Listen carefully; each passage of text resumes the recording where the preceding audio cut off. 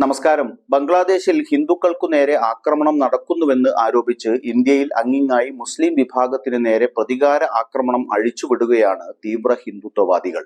മാസങ്ങൾ നീണ്ട വിദ്യാർത്ഥി പ്രതിഷേധത്തെ തുടർന്ന് മുൻ ബംഗ്ലാദേശ് പ്രധാനമന്ത്രി ഷെയ്ഖ് ഹസീന പ്രധാനമന്ത്രി പദം രാജിവെച്ചതിനെ തുടർന്ന് രാജ്യം വലിയൊരു അരക്ഷിതാവസ്ഥയിലേക്ക് കൂപ്പുകുത്തുകയായിരുന്നു. കൂടാതെ ബംഗ്ലാദേശിലെ ന്യൂനപക്ഷ ഹിന്ദു സമൂഹത്തിന് നേരെയുള്ള നിരവധി ആക്രമണങ്ങളും റിപ്പോർട്ട് ചെയ്തിട്ടുണ്ട്. എന്നാൽ ബംഗ്ലാദേശിൽ ഹിന്ദുക്കൾക്കെതിരായ ആക്രമണം എന്ന നിലയിൽ പഴയതും ബന്ധമില്ലാത്തതുമായ വിവിധ വീഡിയോകൾ ഇന്ത്യയിൽ സാമൂഹ്യ മാധ്യമങ്ങളിലൂടെ വ്യാപകമായി പ്രചരിക്കുന്നുണ്ട്. ഇന്ത്യൻ മുസ്ലിങ്ങളെ ലക്ഷ്യമിട്ടാണ് ഇവ പ്രചരിപ്പിക്കപ്പെടുന്നത്. അവയെ ആയുധമാക്കുകയാണ് ഇന്ത്യയിലെ തീവ്ര ഹിന്ദുത്വവാദികൾ. അതിൽ രാഷ്ട്രീയക്കാരും സജീവമായ പങ്കുവഹിച്ചിട്ടുണ്ട്. BJP MLA Nitesh Rane August 5-ന് വിവാദപരമായ ഒരു പോസ്റ്റ് തന്റെ എക്സ് അക്കൗണ്ടിൽ ട്വീറ്റ് ചെയ്തിരുന്നു. ബംഗ്ലാദേശിൽ ഹിന്ദുക്കൾ ആക്രമിക്കപ്പെടുന്നുവെങ്കിൽ ഇന്ത്യക്കാർ എന്തിന് ഒരു ബംഗ്ലാദേശിയെ ഇവിടെ താമസിപ്പിക്കണം എന്നാണ് റാണെ ചോദിച്ചത്. ഇന്ത്യയിൽ താമസിക്കുന്ന ഓരോ ബംഗ്ലാദേശിയെയും വേട്ടയാടി കൊല്ലുമെന്നും റാണെ കൂട്ടിച്ചേർത്തു. ഇത് വിവാദമായതോടെ നേതാവ് ട്വീറ്റ് ഡിലീറ്റ് ചെയ്തു.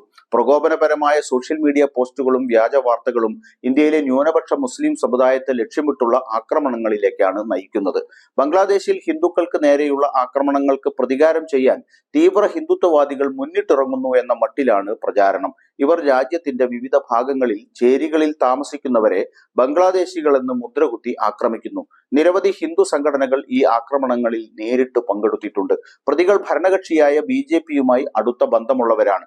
പലയിടത്തും പശ്ചിമ ബംഗാളിൽ നിന്നുള്ള ബംഗാളി സംസാരിക്കുന്ന തൊഴിലാളികളും ചേരികളിലെ മറ്റ് താമസക്കാരും ബംഗ്ലാദേശികളാണെന്ന് ആരോപിച്ച് പീഡിപ്പിക്കപ്പെടുകയും ആക്രമിക്കപ്പെടുകയും ചെയ്യുന്നുണ്ട്. രാത്രികാലങ്ങളിൽ മാലിന്യം ശേഖരിക്കുന്നവരെ ബംഗ്ലാദേശികളെന്ന് ആരോപിച്ച് ഒരു സംഘം ഹിന്ദുത്വവാദികൾ ആക്രമിക്കുന്ന വീഡിയോ ഈ അടുത്ത കാലത്ത് പ്രചരിച്ചിരുന്നു. ബംഗ്ലാദേശിൽ തങ്ങളുടെ ഹിന്ദു സഹോദരിമാരും പെൺമക്കളും ബലാത്സംഗം ചെയ്യപ്പെടുമ്പോൾ ഈ പാമ്പുകൾ ഇവിടെ തഴച്ചു വളരുന്നുവെന്ന് അക്രമികൾ പറയുന്നത് വീഡിയോയിൽ കേൾക്കാം. പശു സംരക്ഷകനും ഹിന്ദു രക്ഷാദൾ അംഗവുമായ ദക്ഷു ചൗധരിയെ ഈ വീഡിയോയിൽ വ്യക്തമായി തിരിച്ചറിയാനുമാകും. ചേരികളിൽ താമസിക്കുന്നവരെ ബംഗ്ലാദേശികളെന്ന് മുദ്രകുത്തി ആക്രമിച്ചതിന് ശേഷം തന്റെ പ്രവൃത്തിയിൽ പശ്ചാത്താപമില്ലെന്ന് പ്രസ്താവിക്കുന്ന ചൗധരിയുടെ മറ്റൊരു വീഡിയോയും പ്രചരിക്കുന്നുണ്ട്. ബംഗ്ലാദേശി റോഹിംഗ്യൻ മുസ്ലിങ്ങളെ ഈ രാജ്യത്ത് അവശേഷിപ്പിക്കില്ലെന്നാണ് വീഡിയോയിൽ ചൗധരി പറയുന്നത്. സമാനമായ സംഭവം ഉത്തർപ്രദേശിലും നടന്നു. ആഗസ്റ്റ് 7-ന് ഹിന്ദു രക്ഷാദൾ പ്രസിഡന്റ് പിങ്കി ചൗധരി ബംഗ്ലാദേശിൽ ഹിന്ദുക്കൾ പീഡിപ്പിക്കപ്പെടുകയാണെങ്കിൽ ഇന്ത്യയിലും ബംഗ്ലാദേശികളെ അതേ രീതിയിൽ പീഡിപ്പിക്കുമെന്ന ഒരു വീഡിയോ പുറത്തിറക്കി.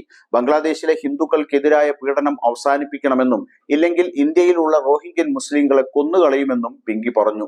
പിന്നാലെ ഓഗസ്റ്റ് 9-ന് പിങ്കി ചൗധരിയും അനുയായികളും ഗാസിയാബാദിലെ കുടിലുകളിൽ താമസിക്കുന്ന മുസ്ലിം കുടുംബങ്ങളെ ആക്രമിക്കുകയും ബംഗ്ലാദേശികളെന്ന് മുദ്രകുത്തുകയും ചേരികൾ നശിപ്പിക്കുകയും തീയിടുകയും ചെയ്തു.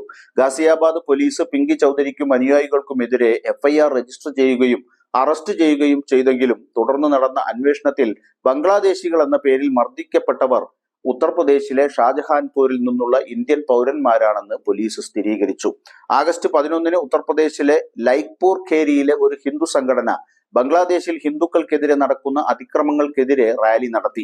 ഈ റാലിയുടെ വീഡിയോയിൽ ഹിന്ദുക്കളെ സംരക്ഷിക്കാൻ ആയുധമെടുക്കണമെന്ന ആഹ്വാനങ്ങൾ വ്യക്തമായി കേൾക്കാം. ഇങ്ങനെയൊക്കെയാണ് കാര്യങ്ങളുടെ പോക്കെങ്കിൽ സർക്കാർ കയ്യും കെട്ടി നോക്കി നിൽക്കുന്നത് വൻ ദുരന്തങ്ങൾ ക്ഷണിച്ചു വരുത്തുമെന്ന കാര്യത്തിൽ തർക്കമില്ല. സമാധാനപരമായ സഹവർത്തിത്വം ഉറപ്പുവരുത്താനുള്ള നടപടികൾ കേന്ദ്ര സംസ്ഥാന സർക്കാരുകൾ ഉടനടി സ്വീകരിച്ചില്ലെങ്കിൽ നാട് കുട്ടിച്ചോറാകുമെന്ന് ഉറപ്പ്.